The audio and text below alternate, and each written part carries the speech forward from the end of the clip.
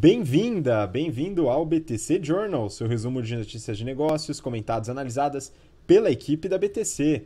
Meu nome é Gustavo Habib, eu sou instrutor de Soft Skills e Marketing pela BTC e no episódio de hoje, dia 19 de março de 2020, a gente vai fazer uma conversa especial devido ao momento singular que a gente passa hoje, né? Então a gente vai falar sobre gestão de crise e também sobre home office, né? Dado que no meio dessa crise do coronavírus a gente precisa elucidar sobre esses temas, tentar colaborar com algumas informações que podem ser importantes para você e, claro, discutir todos esses assuntos importantes com casos reais. Então falaremos aqui da compra da Eurofarma, até retomando da compra dos ativos da Takeda, retomando o assunto da semana passada, ou retrasada, falaremos sobre Via Varejo, Centauro, Kraft Heinz e a Bembev, negociação entre HP e Xerox, Kinoplex e o WeWork.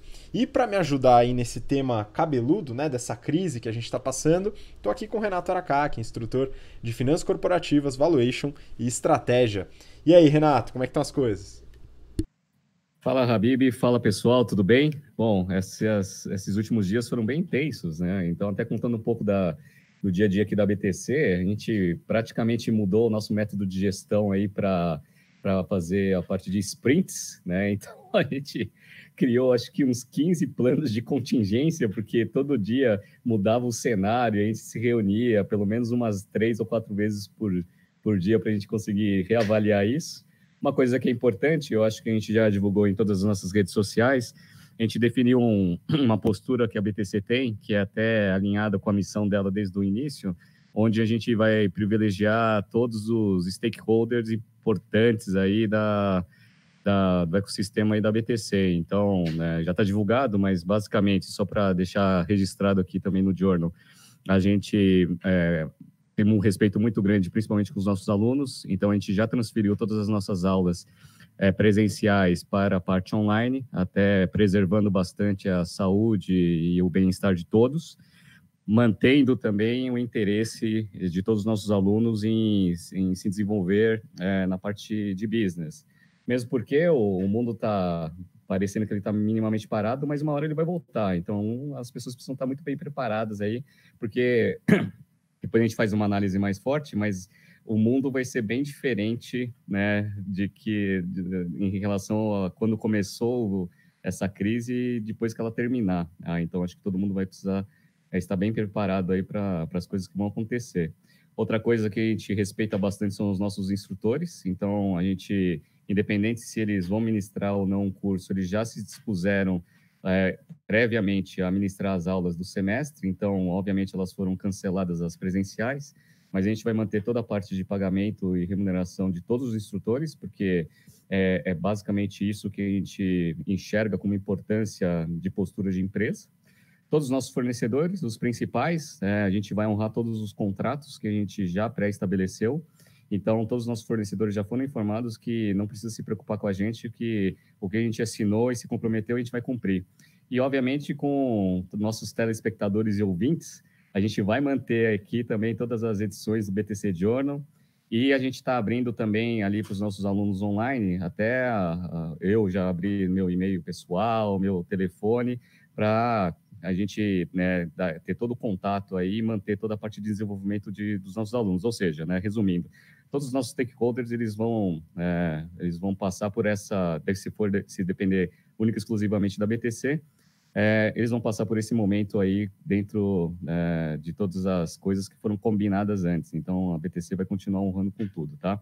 Então, basicamente, é essa postura que a gente tem. A gente está vendo que várias empresas estão tomando a mesma posição. Eu acho isso muito legal, porque mostra aí um pouco aí do perfil de cada empresa. É nesses momentos que a gente vê qual que é o perfil exato da empresa e não que ela tenta marketear de vez em quando, né? Então, tem vários exemplos e a gente vai falar de alguns aqui durante essa edição, tá? Então, essa é uma das coisas. Gostaria de agradecer a compreensão e a interação muito forte de todos os alunos nas nossas aulas dessa semana online, tá? Foi muito legal. A gente já vinha com um plano, já em 2019, de transferir alguns dos nossos cursos para a parte online, então a gente só minimamente acelerou esse processo.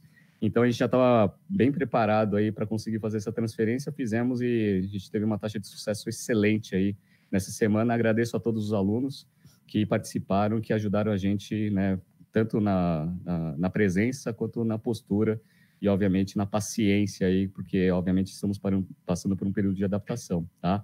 Então, é isso. Temos muita coisa para comentar hoje, então vamos para cima que a coisa tá feia.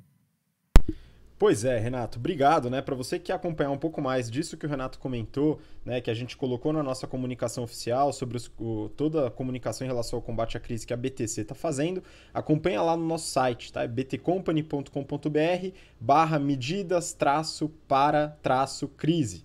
Tá? Então dá uma olhada lá, a gente está nas redes sociais também, então aproveita e segue a gente no Instagram, @instabtcompany, e a gente vai lançar alguns conteúdos também com algumas dicas, e algumas delas, só para antecipar aqui, Renato, porque eu acho que é um favor público, né? A minha noiva, Paula, um beijo para ela, se ela estiver assistindo, talvez sim, né? Ela é médica, né? Anestesista, e ela trabalha na rede do Prevent Senior, né? O Prevent Senior é dono das redes Santa Major e dos hospitais, que é onde estão tendo os principais casos graves de coronavírus, então eles estão bem atentos, né? E a unidade dela agora vai ser transformada numa unidade exclusiva para tratos da crise, né, do coronavírus, então eles vão ser realocados, tal, mas está todo mundo bem ciente do que o público deve fazer, né? Então, o primeiro ponto, né, a gente já mostrou no Instagram empresas que estão fazendo home office, que já isolaram seus funcionários, isso é muito importante, né? A BTC fez a mesma coisa, a partir de terça-feira a gente não tem mais nenhuma atividade presencial dessa terça-feira, né? Acabou na segunda-feira. Toda a parte de higienização, de lavar as mãos, álcool em gel, tudo isso é muito importante, tá? E uma coisa também importante, evitem o uso de máscara. Na verdade, não usem máscara do tipo N95, que é aquela máscara mais dura que os hospitais colocam. Tá em falta nos hospitais, não protege o público em geral, mas é muito importante, tanto para quem está infectado e está no hospital, como para os profissionais da saúde lá presentes. Tá? Então peço esse favor para você que está ouvindo ou assistindo a gente, né, pelo podcast ou pelo YouTube. Agora vamos começar, né, pessoal, direto. A primeira notícia aqui, a gente vai retomar algumas notícias anteriores antes de falar de gestão de crise, home office, que são os temas aqui desse episódio, tá? Vamos lá, eu estou aqui na tela com uma notícia, Renato, do Valor Econômico, e o título é: Eurofarma compra exativos da Takeda na América Latina. Né? Negócio avaliado em 161 milhões de dólares foi feito com a Hypera, dona da operação. Qual que é o negócio aqui? Né? A gente falou recentemente no BTC Journal, então se você está acompanhando só agora, volta lá no histórico, né? Da venda dos ativos over-the-counter, OTC, né? Os medicamentos vendidos sem prescrição, né? Direto no balcão, da Takeda, né? Que foi vendido recentemente pela Hypera, né? Foi adquirido pela Hypera. E agora, Renato, a notícia indica que a Eurofarma está adquirindo os ativos recém-comprados da Hypera. E aí, como é que você vê esse negócio?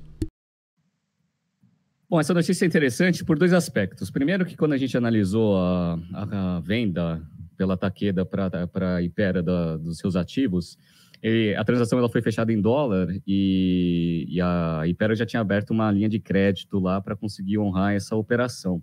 É uma coisa que provavelmente os diretores financeiros, o diretor financeiro ali da Hypera, ele está minimamente focado nessa cotação de dólar aí que está um absurdo, né? Já passou de R$5, né? Atualmente está quase 5,20. Então, provavelmente ali vai precisar fazer uma proteção aí para conseguir honrar com essa transação. Legal, essa é a primeira parte. A segunda parte é a seguinte: a gente, no nosso curso de negociação, a gente tenta simular uma estratégia de negociação de fusões e aquisições muito parecida com essa, que é a seguinte: você tem uma empresa que quer vender todo um portfólio, por exemplo. E aí você tem uma outra empresa que ela está interessada numa parte do portfólio. Só que aí você não consegue, por negociação, fechar os pontos em comum, né, de interesse na negociação e os divergentes. Por quê? Porque um quer vender o portfólio inteiro e o outro quer ter um pedaço. Dá para você conseguir realizar a transação mesmo com esse conflito de interesse inicial? Certamente, a gente ensina lá a geração de valor, que não envolve só necessariamente a negociação com os dois agentes principais, mas foi o caso que a Hypera fez. Ela provavelmente já tinha uma conversa aberta com a Eurofarma. A Eurofarma ela tinha interesse em alguns ativos que provavelmente a Hypera não tinha tanto interesse assim estratégico. E aí, uma vez finalizada a transação, né, eles fizeram a segunda ponta da transação, que é a venda dos ativos internacionais que a Eurofarma tem bastante interesse. Então, assim, foi muito legal essa transação ter ocorrido agora, porque esse case de negociação que a gente fez, a gente realizou toda semana passada. Então, foi muito interessante isso, né? Só exemplificando para todos os nossos alunos do GBP, que eles treinam alguns cases que, de fato, acontecem no dia a dia de business. É muito interessante. Pois é, Renato, era importante, né? Interessante que a Takeda poderia vender parte dos seus ativos para a Eurofarm e parte para a Hypera diretamente, ou fazer isso que aconteceu de fato, né? Vender integralmente para a Hypera, que depois revendeu, de certa forma, para a Eurofarma, né? Exatamente como a gente trabalha. E aqui os conceitos de criação de valor e de coalizões são fundamentais, né? E aí, nesse sentido, a gente consegue muitas vezes mapear o que é um resultado otimizado numa venda dividida ou o que é um resultado utilizado numa revenda. Então, para você que tem interesse em conhecer um pouco mais sobre os conceitos e estratégias de negociação nesse aspecto, né? Dá uma olhada lá no General Business Program, no nosso curso, a gente trabalha isso a fundo, muito bem pontuado, Renato. Bom, vamos seguir. A gente está falando rapidinho de algumas notícias para entrar no assunto que todo mundo está falando, né? Mas eu vou colocar uma outra aqui do Brasil Journal. O título é A Via Varejo na sua hora da verdade. Né, Renato, a Via Varejo está enrolando, mas está enrolando para soltar esse resultado, né? Os resultados de 2019. Eu tô ansioso, e você? Nossa, eu estou muito ansioso. Inclusive, durante essa semana a gente iniciou a nossa disciplina de análise de demonstrativos financeiros. Semana que vem vão ser divulgados os resultados da Via Varejo. Uma coisa que todo mundo já sabe é que eles vão fazer uma baixa contábil gigante de 1.400 bi, referente a uma fraude que eles identificaram ali em dezembro. Isso daí era o tema principal, né, da aula de demonstrativos financeiros e que o mercado queria saber. Agora, a segunda dúvida que o mercado quer saber, e uma coisa que está trazendo as ações cada vez mais para baixo da Via Varejo, é se ela vai ter caixa para sobreviver neste período de turbulência que a gente vai passar. Então, está todo mundo muito preocupado com a posição de caixa da empresa. Eles fizeram várias contratações nesses últimos meses, que a gente falou aqui no BTC Journal, de executivos fortes de mercado. Vamos ver se essa galera agora vai conseguir se entrosar rapidamente para criar o plano de contingência para ver se esse caixa ele dura, né, esse período todo que a gente vai passar. Então, assim, existe muita dúvida e a gente está esperando para ver os dados, tá? Muita gente vem, né, fazendo várias projeções, falando que provavelmente a Via Varejo ela não tem caixa suficiente para sobreviver a uma crise mais longa. Outros já dizem que não, que eventualmente a mudança de estratégia para o online deles vai começar a funcionar agora mesmo, porque basicamente a economia parou, a economia física. Então vamos ver. Semana que vem vai ser divulgado e a gente vai trazer aqui no BTC Journal e todos os nossos alunos nas nossas aulas online vão ver a nossa análise ao vivo dos resultados da Via Varejo. Vamos ver. E, Renato, é importante notar, né, que esse resultado vai ser relativo a 2019, sem crise de coronavírus, sem a negociação, a guerra de preços no petróleo. Então, aqui é operação pela operação, hein, gente? Vamos ver, esse negócio vai ser importante para entender como que está a gestão da Via Varejo depois de todas as mudanças e reestruturações, né? Bom, vamos seguir, Renato. Uma próxima notícia aqui, vamos dar um foco em alguns números, né, alguns highlights. Essa é do valor econômico. SBF Centauro. Lucro líquido cresce 33,1% no quarto trimestre, para 163,6 milhões de reais. A notícia, né, traz luz ao resultado divulgado do grupo SBF, né, dono da Centauro, que fez seu IPO recentemente. A gente avaliou, fez toda a análise do prospecto, depois do resultado do IPO da Centauro, né, do grupo SBF, e agora o resultado. E aí, Renato, você deu uma olhada nos números? Como que está a situação do grupo SBF e da Centauro? Bom, a gente vai fazer uma análise dos números e um pouco da situação estratégica do negócio dentro do cenário que a gente vem vivendo. Bom, acho que todas as cidades, eventualmente, num prazo curto, vão começar a restringir bastante a circulação de pessoas, até para conter o contágio.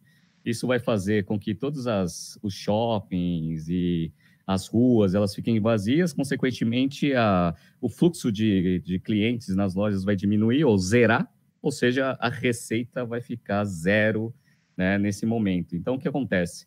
O importante é que a empresa ela tenha executado um plano de contingência pré-estabelecido. Então, provavelmente, né, boas práticas que eu geralmente falo para os clientes aí da BTC Primeiro, ter um caixa de segurança, né? Uma composição de uma reserva de contingência é interessante. Quem não fez, infelizmente, está mal posicionado agora. Segunda coisa, se tem linhas de crédito abertas, seria interessante começar a utilizar. Isso é muito difícil quando você já tem um nível de alavancagem muito alto. Então, as empresas que estão com nível de alavancagem muito alto, isso que eu estou falando em moeda nacional, se for em dólar, então está pior ainda. Essas daí, elas estão muito mal posicionadas. Então, se você não tem plano de contingência e nível de endividamento alto, a situação da sua empresa ela vai ser bem difícil aí a situação nos próximos meses. Mas, enfim, por que eu estou falando isso? Porque a Centauro ela tinha um nível de endividamento extremamente alto, só que ela conseguiu basicamente limpar esse balanço na parte de dívida com a abertura de capital. Então, eles pegaram todo o dinheiro do IPO, que foi um timing perfeito, né? Não sei, não poderia ter sido um tempo melhor para eles conseguirem fazer isso. Porque conseguiram colocar bastante dinheiro na empresa, desalavancaram muito ela, e aí usaram também um pouco do dinheiro, estão usando para o plano de crescimento deles e a integração online e offline. Então, assim, eles começaram a fazer os movimentos corretos para a situação que a gente está fazendo hoje, que a gente está vivendo hoje. Então, vamos pegar os números fechados de 19, né, com aquela ressalva óbvia que não tem absolutamente nada, né, dentro do cenário que a gente está vivendo hoje. A receita bruta da empresa ela cresceu em 2019 12,2% em relação a 2018, foi para 3 bi 193, tá? Uma receita relevante. Quem cresceu bastante foi a plataforma digital, 26,6%, mas mesmo assim as lojas físicas cresceram, 9,6%. A gente gosta muito de falar sobre o Same-Store Sales, Same-Store Sales foi ótimo também, 8,9%. A gente avaliou várias empresas de varejo ali com crescimento muito baixo, outras com crescimento um pouco maior, eles estão ali na média alta, né, do Same-Store Sales. O lucro bruto, ele também aumentou, a margem bruta aumentou de 49,1 para 49,4, que isso é legal, porque eles estão virando para a estratégia digital sem queimar muito caixa, né, muita margem bruta, coisa que é diferente na Magazine Luiza, que ela está transferindo todas as suas operações focando no online e a margem bruta também caindo bastante. E uma das coisas que melhorou muito, né, nos resultados foi a margem EBITDA. A margem EBITDA ajustada, que eles gostam de mostrar aqui, a normal, né, que a que eles divulgam, foi 26,4% contra 11% no mesmo período do ano passado. Obviamente, tem alguns efeitos aí de IFRS 16, que a gente explica, né, e vai explicar nas aulas de contabilidade e análise de demonstrativos financeiros. Quando a gente pega a mesma base do ano passado, a margem EBITDA, ela subiu de 11,5 para 12,2, que é uma melhora significativa ali em termos de eficiência operacional. E aí o lucro líquido também cresceu bastante. Ele foi, né, a margem líquida subiu aí de 6,5 para 13,3. Obviamente eles fazem um ajustado, porque eles tiveram alguns itens não recorrentes, ela ficou em linha aí com o ano passado. Mas o que melhorou bastante? O que melhorou bastante, que eu falei para vocês, foi o nível de endividamento. Dívida líquida ajustada sobre EBITDA passou de 2,9, que era em 2018, para 0,4. Olha como está bonito agora, né? Está um pouco mais tranquilo. Então, assim, eles vêm com essa estratégia muito forte de estratégia online e offline, omnichannel. Eles aumentaram o número de lojas no quarto trimestre para 210, sendo que dessas 210, 43 já são naquele modelo G5 que eles chamam, que é um modelo integrado aí com a operação online. Isso foi bem interessante. Fluxo de caixa das atividades operacionais, eles deram uma pequena queimada aí de caixa em 2019, mas foi por quê? Porque como eles receberam muito caixa, eles começaram a antecipar menos recebível, porque não precisava. Então, eles estão com um nível de recebível alto, que é ótimo, tá? Então, mesmo queimando caixa em relação a 2018, eles podem antecipar bastante desses recebíveis que vai reforçar o caixa. Então, com nível de endividamento baixo, com bastante recebível, né, que eles têm, e ainda com caixa relativamente tranquilo, eu acho que a SBF está minimamente melhor posicionada do que a maior parte dos varejistas que eu conheço no mercado. O ponto é o seguinte: quanto tempo vai demorar essa crise? Porque, apesar de eles estarem melhor posicionados, ninguém vai resistir por uma crise muito longa. Então, vamos ver aí as cenas dos próximos capítulos. Obviamente, as ações caíram bastante, como todas as ações do mundo. Mas, assim, nem todas, né? Porque tem algumas plataformas que estão se beneficiando disso. Mas, enfim, depois a gente comenta sobre isso. Mas eu acho que o que vai ser muito prudente para eles agora é segurar um pouco do plano de expansão, porque também não vai ter shopping aberto para eles abrirem loja. Investimentos em tecnologia, eles podem continuar fazendo, mas eu acho que também seria bom eles darem uma segurada, até para entender como que vai ter a situação e eles conseguirem fazer teste, né? Porque se a loja não estiver aberta, não dá para fazer teste de integração online e offline. Então, dá para segurar um pouco do caixa que eles têm. Então, assim, dentre todas as varejistas aí que a gente enxerga no mercado, certamente eles estão numa posição muito mais confortável do que a média de mercado, mas isso também não vai impedir deles sofrerem nessa situação. Vamos ver. Pois é, Renato. E aí a gente entra no assunto propriamente dito do programa, né, o primeiro deles, que é falando sobre gestão de crise. Né, você, nas posições executivas que você desenvolveu na sua carreira no varejo, passou por algumas situações, né, de gestão de crise. Na prática, desenvolvendo isso, a gente consegue ter algumas boas práticas. Né? Eu, quando fui estudar negociação e gestão de conflitos nos Estados Unidos, né, estava no meio da guerra civil na Síria e também o início do Brexit, né, então era uma situação interessante da gente entender com todos os participantes, muita gente do Reino Unido no curso também, né, compartilhando ali o que estava acontecendo, como a gente estudava aquela situação. E no ano passado, em 2019, eu estava em Belo Horizonte, né, ministrando um treinamento de negociação e gestão de conflitos com um escritório grande de advocacia de lá, né, e muita gente do direito público, no dia seguinte, a queda da barragem da Vale em Brumadinho. Né? Então isso acabou sendo também parte do tema que a gente trabalhou dentro do treinamento. Né? Agora a gente passa por uma crise e a gestão de crise é importante. E o primeiro ponto, né, que a gente fala de gestão de crise e gestão de conflitos como um todo, né, o desenvolvimento de alternativas. Ou seja, vai da zica, o que a gente faz, né, Renato? E aí tem esse aspecto da Centauro, que você falou da redução de dívidas, que é importante a gente notar.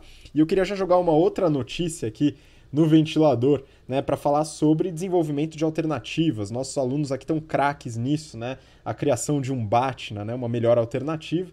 E a notícia que eu coloco aqui é a seguinte, né, Brasil Journal. Kraft Heinz e Embev pegam todo o caixa que podem.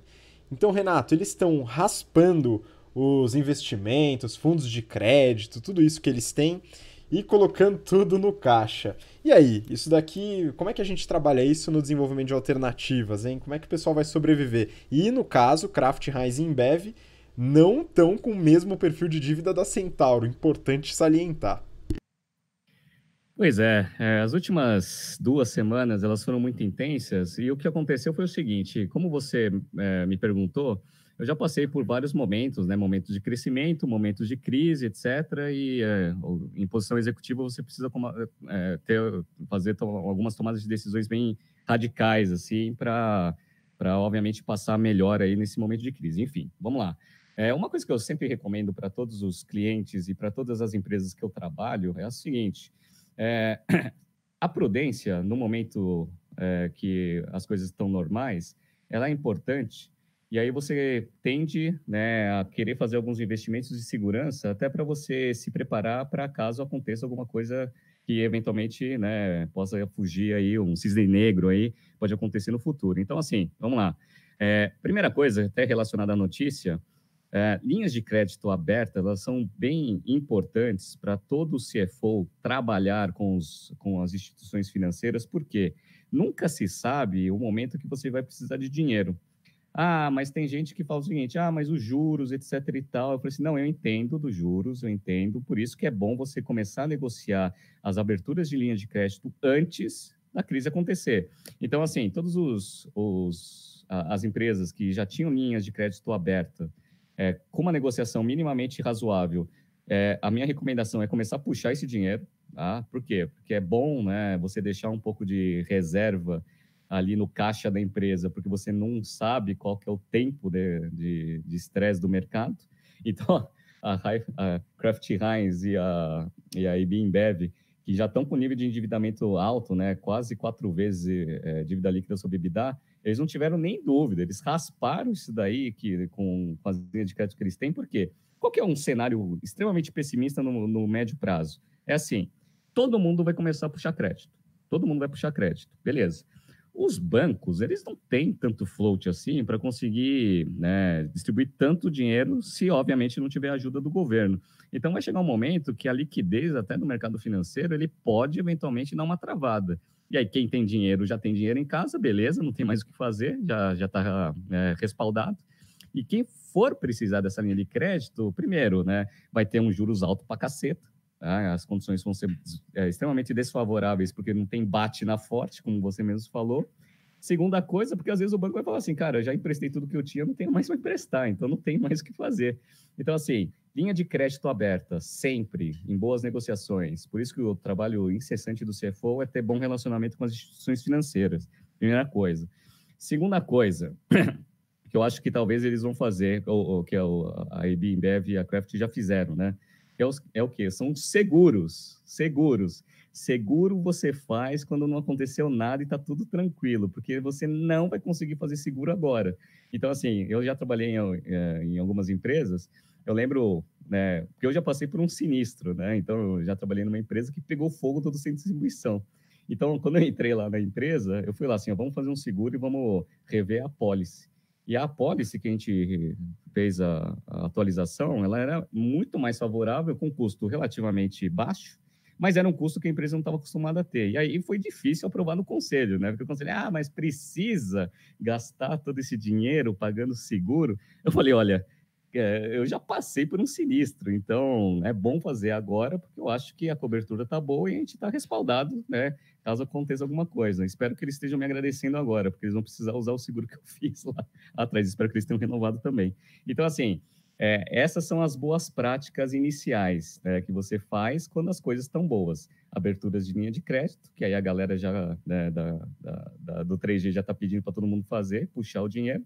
Segunda coisa, ter os contatos seguros muito bem definidos, tá? Então, essas são as primeiras duas práticas aí, boas práticas que eu estou abrindo aí para todas as pessoas que ouvem aí o Journal. Então, Renato, esse ponto que você falou é fundamental, né? A alternativa você cria e desenha o tempo todo, né? Você não vai atrás de alternativas, né, em momentos de crise durante a crise. A ideia é que você se prepare, né, fazendo, por exemplo, reserva de caixa, o perfil de endividamento, né, que deve também levar em consideração situações inesperadas. Tudo bem, a gente pode falar que hoje a situação é muito, muito mais séria do que se imaginou, ninguém se prepararia para um momento desse. Né? Há divergências quanto a isso, porque a BTC se preparou bem para um momento até como esse. Tá? Mas aí realmente vai muito da estrutura de dívida, né? Uma estrutura de dívida mais saudável pode ajudar em momentos como esse, relacionamento com os bancos para abertura de linhas de crédito antes desse momento, que é o que você exatamente comentou, isso é fundamental. Né? Então tem alguns pontos, e esse desenho de alternativas, o que eu faço se der problema, se der zica, se der crise, é fundamental. Né? Isso deve ser feito constantemente, com desenvolvimento de novos fornecedores, desenvolvimento de novos bancos, no caso do CFO, né? Seguros, como você muito bem comentou. Tá? Então esse trabalho de desenvolvimento de alternativas, criação do BATNA, é realmente importante.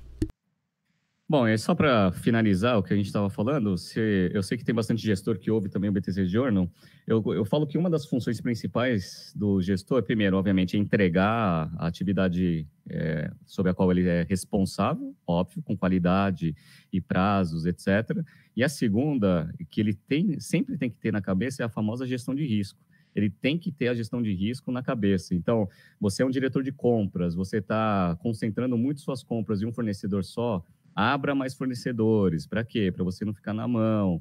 Técnicas de negociação, técnicas estratégicas, etc. Você está vendendo em grande volume para um cliente só, ele está sustentando sua operação, pense em diversificação de clientes. Para quê? Para pulverizar sua receita e não ficar dependendo de muita gente. Você está com nível de alavancagem muito alto, você está gerando caixa, você consegue ir amortizando um pouco esse negócio ou trocando por uma dívida mais barata?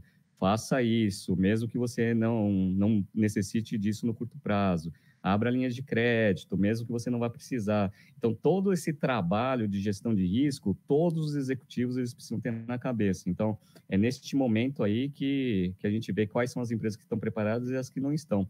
E aí, obviamente, a gente também consegue avaliar a qualidade dos gestores. Muito bom, Renato. E aí um outro ponto relacionado ao desenvolvimento de alternativas, né, é sobre o trabalho em casa, né? O home office. A gente vai falar um pouquinho melhor depois no final sobre boas práticas e tal. Mas uma empresa que está preparada, porque tem empresa que não estava preparada para levar todo mundo para casa, né? Servidores, né? Sistemas travados, sem possibilidade de trabalhar em nuvem. Então, desenvolver sistemas em nuvem, segurança da informação para trabalho remoto, tudo isso é desenvolvimento de alternativa, é estratégia de negociação que o gestor, o bom gestor, precisa desenvolver, né? Mas só para elucidar aqui, eu trouxe uma notícia, Renato, de uma negociação que a gente tem falado há algum tempo, né? Essa notícia é da Forbes, né? E o título é: Xerox adia reuniões com acionistas da HP em meio a temor por coronavírus, né? Então aqui a gente falou sobre essa negociação, a Xerox oferecendo para comprar HP mesmo com valor de mercado menor, mas agora o negócio parou, né? E aí ele tá todo mundo em casa, né? E agora o valor de mercado, né? O negócio vai complicar, né, Renato? Cara, o negócio. A gente comentou essa notícia algumas semanas atrás, onde a Xerox fez uma oferta violenta, muito alta, para a operação da HP, e os acionistas da HP não estavam achando que o valor refletia a geração de valor futuro do negócio, né? Apesar do market cap estar abaixo da proposta que eles fizeram. Aí o que aconteceu? O que aconteceu é que, obviamente, todos os ativos começaram a despencar aí nesses últimos dias, e eles ofereceram 35 bi pela HP. Sabe quanto que é o valor da HP hoje, no momento que a gente está falando aqui no BTC Journal? 11,5. Eu, se fosse os caras da HP, eu já aceitaria logo. E eu, se fosse os caras da Xerox, eu cancelaria esse negócio agora. Qual que é o problema? É que, às vezes, você faz umas propostas que elas são vinculantes, ou seja, depende da aprovação, se o cara aceitar, você vai ter que cumprir. Aí, obviamente, precisa ver, obviamente, a estrutura da proposta, como foi feito juridicamente, etc. Mas, cara, eu tenho certeza que agora os acionistas já vão achar que o valor está justo, mais que justo, vão fechar logo, e os caras da Xerox vão assim, não, a gente vai rever aí a operação, dado que vocês não aceitaram até agora, já estava mais de 2 meses de negociação, vocês não estão aceitando o valor, eu quero cancelar o negócio. Vamos ver como esse negócio vai acontecer, porque se rolar o negócio, a Xerox fez um péssimo negócio, o time horroroso. Pois é, né? E essas ofertas vinculantes reduzem um pouco a possibilidade de alternativas que a gente estava falando agora, né? Mas aí só para sumarizar, né? Essa parte, quando a gente fala de gestão de crise, o primeiro passo é desenvolver boas alternativas. Do lado financeiro, estrutura de endividamento, linhas de crédito, relacionamento com instituições financeiras, né? Tudo isso é fundamental. Quando a gente fala de gestão, né? Preparação de estrutura de nuvem e segurança da informação em trabalho remoto, né? E depois a gente vai falar de boas práticas especificamente para home office também, tá? Mas esse trabalho de alternativas é fundamental. Na BTC a gente fez um trabalho que eu acredito que foi muito bom nesse sentido, né? Tanto desenvolvendo a estrutura de nuvem, né? De uma forma que a gestão ficasse bem fluida e segura dentro desse ambiente, e também a estrutura financeira, né? Facilitando com que a gente desenvolvesse um plano de ação para essa crise, que eu acredito que pode ser um bom plano. E aí, Renato, passando para essa segunda parte, né, que beleza, a gente tem que desenvolver alternativas muitas vezes em momento de segurança e não de crise, né, para que na crise você tenha essa alternativa bem montada. Um segundo ponto que a gente fala muito nas aulas de negociação, dentro da criação de valor, está o mapeamento de interesses. E aqui tem muita empresa fazendo muita cagada, tem muita empresa acertando muito bem, né? E a gente fala muito, estressa muito esse ponto em aula com os alunos no GBP, né, sobre como mapear interesses. Não é uma coisa tão simples assim, né? Por quê? Porque não existe só um stakeholder, o interesse não é só do acionista, né? O interesse é de todo mundo que está, de alguma forma, ligado ao negócio. E aí, um dos aspectos importantes são os funcionários, né? Eu vou trazer uma notícia aqui que a gente pegou do Valor Econômico só para começar essa discussão, tá, Renato? Então, essa notícia, o título é o seguinte: Kinoplex dá férias e Cinemark propõe PDV. Redes de cinemas tomam medidas diante do fechamento das salas por causa da pandemia, né? Essa notícia, Renato, fala de duas empresas com duas ações diferentes, né? Uma, no caso Kinoplex, definindo sobre as férias coletivas nesse período, né? E a outra, o Cinemark, segundo a notícia, né, o Cinemark deu duas opções para os funcionários. A primeira é o PDV, o Plano de Demissão Voluntária, né? Então os funcionários podem se demitir e tem um pacote de benefícios. E a outra alternativa é o que eles chamaram de programa de qualificação a partir de cursos online, no qual o empregado receberá até 80% da sua remuneração líquida. Tá, eu vou resumir isso como 80% de remuneração líquida, tá? Que eu acho que é o importante dessa notícia.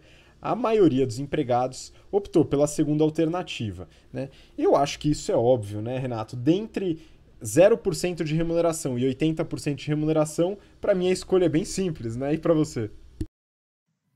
Pois é. Então, essa daí também é uma linha de boa prática que foi amplamente discutida com os clientes aqui da BTC, que é o seguinte. É, você tem custo fixo. Então, os custos fixos eles precisam ser reduzidos nessa parte, mas, obviamente, você precisa pensar na estratégia de médio e longo prazo do negócio. Então, colaboradores, eles são a força de trabalho de qualquer business. Então, você não pode simplesmente chegar lá e demitir todo mundo. Por quê? Primeiro que para quem fica aquela tensão, medo, e aí quando volta, todo mundo já tem uma impressão completamente diferente da empresa. Que ela vai falar o seguinte, cara, eu sei que no momento de crise, o primeiro que vai sofrer sou eu. Então, até a lealdade dos colaboradores perante a empresa, ele vai diminuir muito, principalmente daqueles que ficam. Aqueles que vão embora já foram embora puto do negócio, né? E aqueles que ficam, quando o negócio retomar, todo mundo já vai saber que, independente de programas de cultura organizacional, posicionamento, que eles divulgam bastante, quando a coisa aperta, eles vão para a parte mais radical. Então, assim, a gente vê desses dois casos. Então, tem lá o Kinoplex, tentando ver alternativas, pensando no médio prazo. Então, começando com as férias coletivas, porque já é uma coisa que eles deveriam, né, já tem ali na manga para fazer.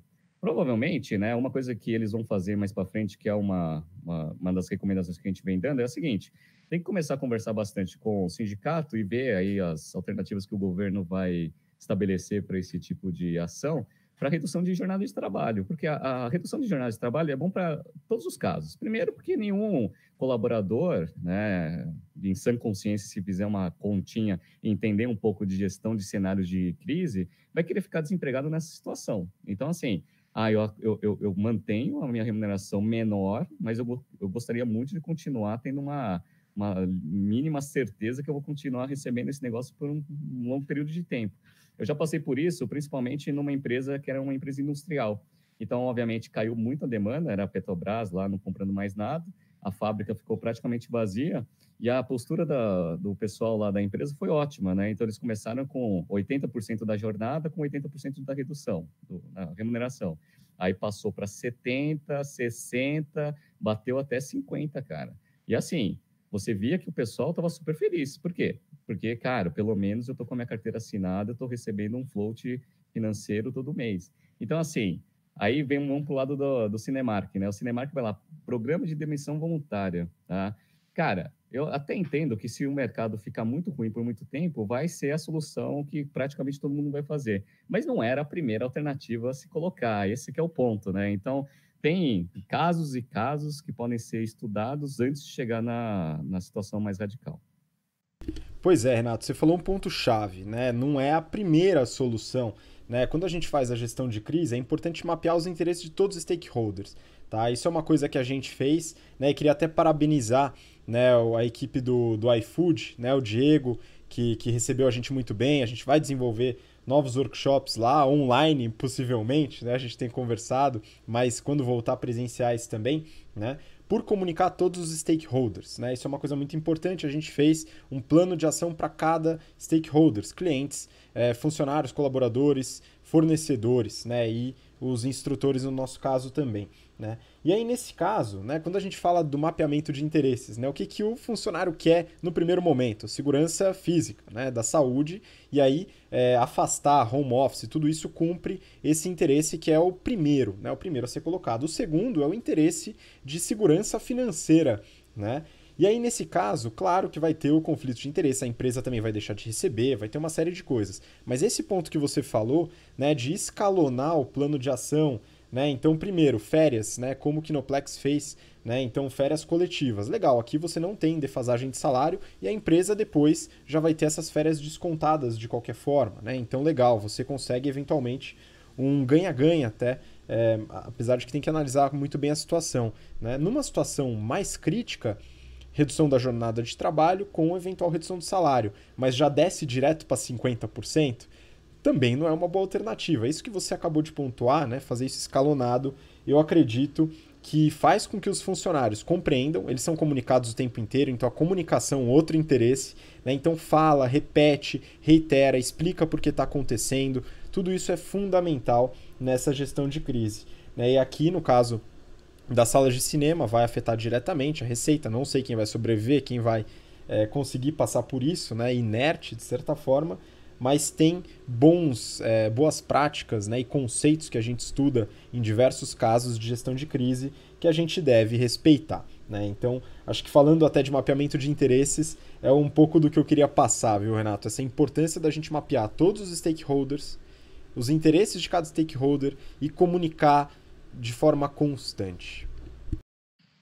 Não, a última coisa que eu queria falar sobre esse tema é o seguinte, vamos pensar no worst case, que é o seguinte, essa crise ela vai se estender por mais tempo, de fato as empresas vão ter que ir para a parte radical, tá? Que é, infelizmente, a redução radical ali do custo fixo, beleza?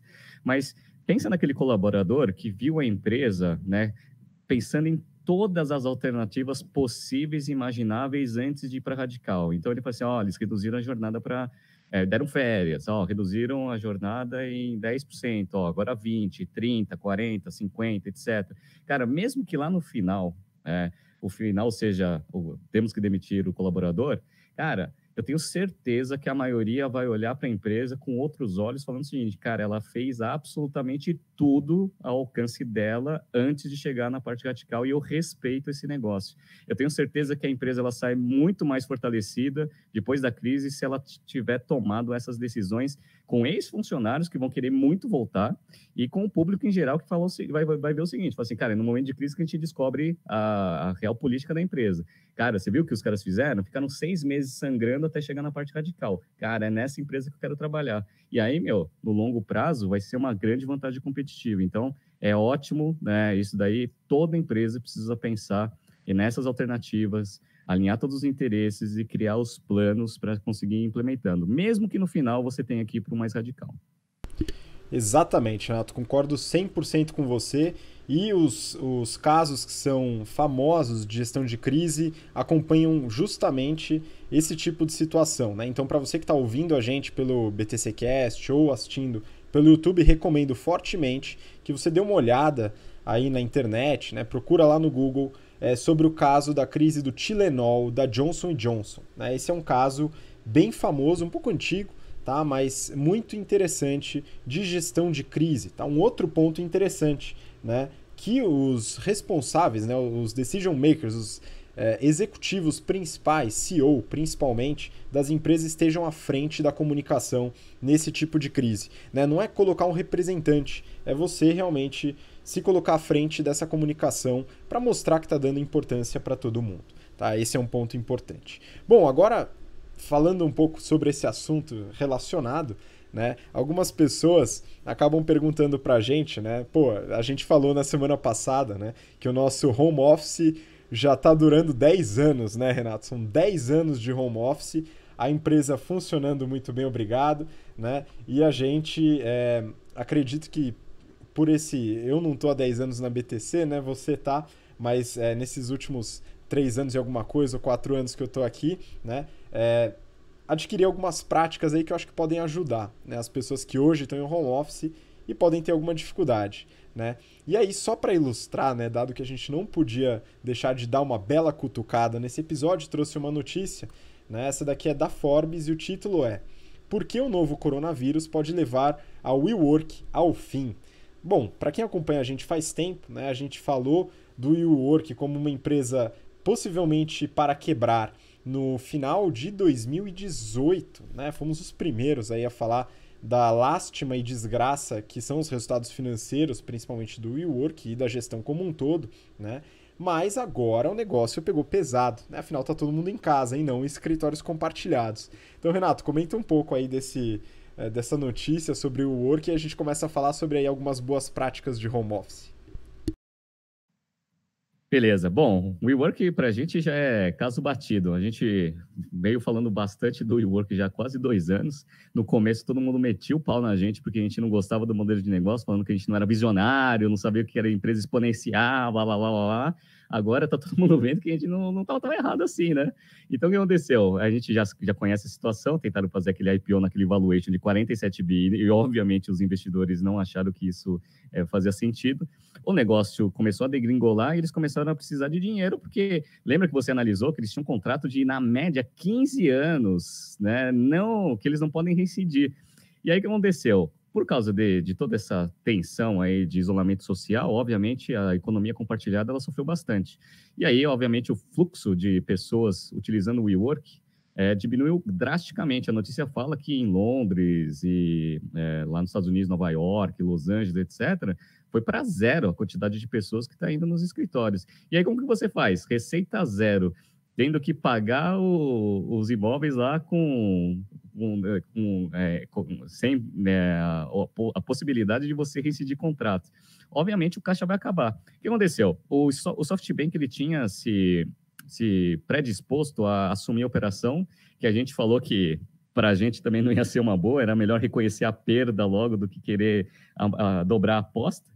Semana passada eles deram para trás, então eles já falaram que não vão mais assumir, não vão injetar 3 bi logo de largada que eles iam fazer, não vão abrir uma linha de crédito de 5 bi que eles tinham prometido também. Então a situação atual do WeWork, ele só acelerou aquilo que a gente já tinha adiantado há 2 anos atrás. Certamente, né, nos próximos meses a gente vai ver essa operação indo para o espaço. Por quê? Por causa da situação. Não é um negócio bom, economia compartilhada vai sofrer agora no médio prazo, todas as empresas, todas, sem exceção. Você não vai querer entrar no escritório onde você não sabe se as pessoas que estão entrando lá têm o mesmo nível de consciência que você, concorda? Né? E isso para tudo, para todo tipo de economia compartilhada. Enfim, né?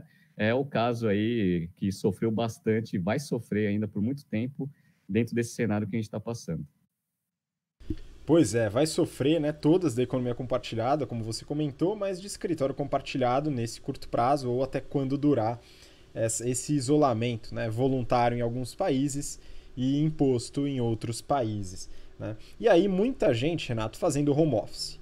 E aí aquela loucura, né? Empresas que não têm sistema de gestão na nuvem e o pessoal não consegue trabalhar, ou o sistema trava quando a pessoa está em casa, ou não tem computador disponível, tem que alugar computador, né? A pessoa não pode trabalhar com computador pessoal, a pessoa nem tem computador pessoal, né? Aí são vários problemas. Mas vamos lá, acho que vale a pena trazer algumas boas práticas, algumas dicas simples, né, que a gente vem aprendendo dentro do home office, né? Eu queria começar falando de uma sugestão, tá, que me ajuda bastante, que é ter uma boa mesa de trabalho, organizada, né, bem limpa. Então, o computador no colo não é, na minha visão e na minha experiência, um bom lugar para trabalhar. Tá? E um outro ponto, né, se possível, sair do quarto, né, trabalhar num outro ambiente. Eu acho que isso também pode ajudar, né, dentro do home office para você não confundir as ideias. Né? Outra coisa que me ajuda é definir horários de forma bem assertiva. Né? Então, começar a trabalhar num horário, terminar o trabalho em dado horário. Né? Isso daqui também ajuda dentro do home office. E aí, Renato, você tem algumas coisas aí que te ajudam também no home office a se organizar? Olha, eu já fazia isso quando eu trabalhava em empresa mesmo, e essa boa prática ela me ajuda bastante no home office, que é o seguinte, eu sempre tive uma prática, não sei se é boa prática, mas é uma prática, que é o seguinte, todo mundo tem a sua listinha de coisas para fazer e projetos para entregar. Então, todo dia de manhã eu chegava na empresa, abria lá meu caderninho, colocava assim, to do, né, coisas para entregar hoje. Aí lá do mais crítico para o menos crítico. Projetos em andamento que eu precisava acompanhar, do mais crítico para o menos crítico. E aí eu colocava lá e ia matando. Falei assim, ó, esse aqui eu tenho que matar hoje e tal, não sei o quê. Uma coisa que todo mundo se frustra, né? E eu também ficava muito frustrado, é que a listinha só crescia, né? Você matava um e entrava mais uns 3, né? Tanto projeto quanto pendência. Mas para quem faz home office, galera, isso é fundamental para até você se organizar no horário, né? Porque quando você está no ambiente de trabalho, você vai vendo todo mundo trabalhando, você vai falando assim, cara, eu tô falando porra nenhuma aqui, eu preciso começar a fazer alguma coisa. E aí você se estimula com o ambiente a começar a produzir. Agora, em casa, você não tem tanto estímulo assim. Às vezes você está sozinho, não tem ninguém ali trabalhando para você ficar com vergonha de não fazer nada. Então, você ter essa listinha todo dia de manhã feita, sabendo o seguinte, o que eu preciso fazer de curto prazo e o que eu preciso fazer de médio prazo. E vai matando tudo. E o máximo de coisas que você conseguir ticar ali na sua listinha é fundamental para você conseguir manter a disciplina dentro do home office. E assim, galera, aproveita para você ganhar essa disciplina, porque essa disciplina que você tem no home office, quando você volta para o trabalho tradicional, vai fazer você virar uma máquina de entrega. Sério mesmo, vai sobrar muito mais tempo para você pensar e você vai conseguir executar aquelas atividades do dia a dia com um nível de eficiência muito maior. E aí, obviamente, você tem mais tempo para pensar de forma estratégica no trabalho, vai produzir melhor, consequentemente vai progredir na carreira. Então, aproveita esse momento, seja uma pessoa organizada, pega todas as boas práticas que o Gustavo falou, se eu puder acrescentar, pega um caderninho mesmo, não fica no digital, pega um caderninho mesmo, escreve, né? To do, né? Coisas críticas, não críticas, etc. Projetos que eu preciso acompanhar e vai matando isso todos os dias, né? Cria a famosa agenda. Muito importante também, né? Seja no caderninho, seja na internet, um aplicativo de to-do list, né? Alguma coisa assim funciona.